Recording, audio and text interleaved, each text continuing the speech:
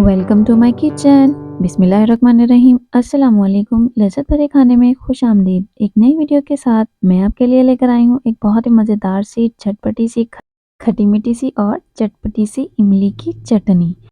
इमली की चटनी बनाना बहुत ही आसान काम है। इसको आप बना के रख सकते हैं और किसी भी टाइम इसको इस्तेमाल कर सकते हैं और ये बाज़ार की चटनियों से कई हद तक बहुत बेहतर है। आज मैं आपको बताऊंगी बहुत ही आसान तरीका जिसके साथ आप बाज़ार से भी अच्छी चटनी घर में बना सकते हैं और मेहमानों के आने पे सर्व कर सकते हैं। आप इसको पकौड़ों के साथ, रोल के साथ और किसी भी चीज़ के साथ जिसके साथ आपका दिल करे इसको ले सकते हैं। बिस्मिल्लाहिर्रहमानिर्रहीम।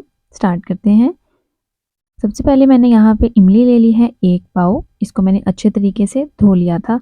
इसके बाद एक बॉल लिया है, उसके अंदर मैं ये इमली डाल दूंगी और इसके अंदर मैं पानी डाल दूंगी हाफ बॉल और इसको मैं रख दूंगी 1 से 1.5 घंटे तक के लिए ताकि ये नरम हो जाए। यहाँ पे 1 से 1.5 घंटा मेरा कंप्लीट हो चुका है और इमली जो है वो नरम हो चुकी है। अब हम इसको हाथ की मदद से इसका जो गुदा है उसको अलग करेंगे और जो गुठलियाँ हैं वो अलग करेंगे। तो ये देखिए यहाँ पे ये अच्छे तरीके से अलग हो जाएंगी और इस तरह करने से जब हम चटनी बनाएंगे तो उसके अंदर गुठलियाँ नहीं आएंगी और ना ही ये गुदा आएगा। सिर्फ हमें इसका सॉस चाहिए। तो ये देखें अच्छे तरीके से जो उसका पानी है वो अलग हो चुका है और गुठलियाँ जो हैं वो अलग हो चुकी हैं। तो इसी तरीके से हमने सारा ये प्रोसीजर कर लेना है। फिर हम एक पैन लेंगे और उसके अंदर ये जो तमाम मिक्सचर हमने बनाया है ये हम इसके अंदर डाल देंगे। ये जो गुठलियाँ हैं ये हम इसके अंदर नहीं जाने देंगे। इसको एहतियात के साथ हम इसके अंदर शिफ्ट कर लेंगे। यहाँ पे देखें जो मैंने कोई भी गुठली अंदर नहीं जाने दी, जो चली गई है उसको भी हम निकाल लेंगे। इसके बाद जो गुठलियाँ हैं उसके अंदर हम दोबारा से पानी डालेंगे क्योंकि अभी उसके अंदर हमें मटेरियल जो है और मिल जाएगा। तो यहाँ पे देखें हम इसको अच्छे तरीके से निचोड़ के जो गुठलियाँ हैं उसको अलग कर लेंगे ताकि जो पानी है वो बिल्कुल भी ज़ाया ना हो। आप देख सकते हैं कि इसको मैं हाथ से निचोड़ के अलग कर रही हूँ।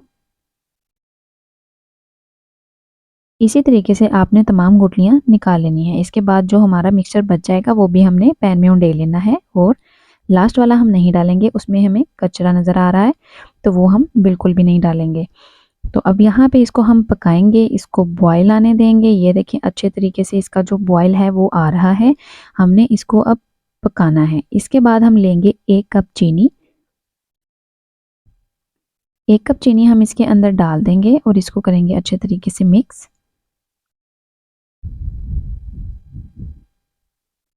चीनी को अच्छे तरीके से हम पका लेंगे।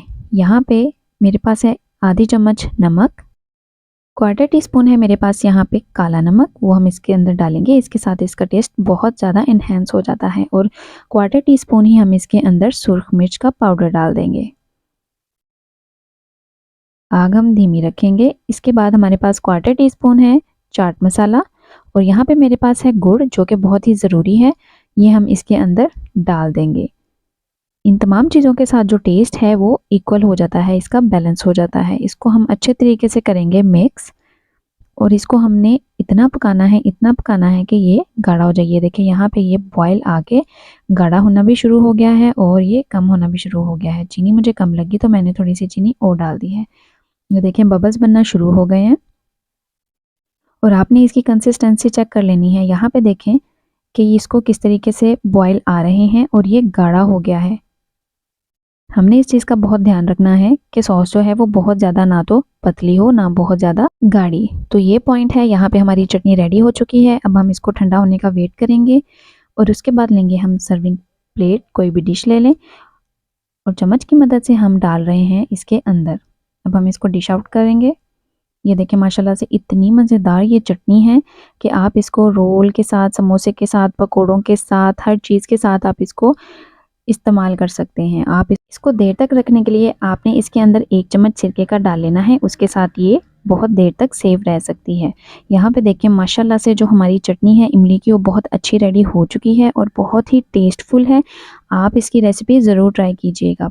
यहाँ पे हम इसको स्टोर करने के लिए डाल रहे हैं 1 अदद कंटेनर में। आप कोई भी डिब्बा ले सकते हैं, आप शीशे का जार ले सकते हैं, आप उसके अंदर इसको डाल के फ्रीज कर सकते हैं। आप इसको रख सकते हैं और जब ज़रूरत पड़े आप इसको इस्तेमाल कर सकते हैं। इसके अंदर आपने पानी का एक कतरा भी जाने नहीं देना। अगर पानी का कतरा चला गया तो ये जल्द ही ख़राब हो सकता है। उम्मीद है कि आपको मेरी ये रेसिपी, मेरी ये वीडियो बहुत पसंद आई होगी और आप मेरी ये रेसिपी ज़रूर ट्राई करेंगे और इस रेसिपी को आप बना के देर तक रख सकते हैं। वीडियो पसंद आई हो तो लाइक, सब्सक्राइब और शेयर करना मत भूलिएगा। नेक्स्ट वीडियो तक के लिए अल्लाह हाफ़िज़।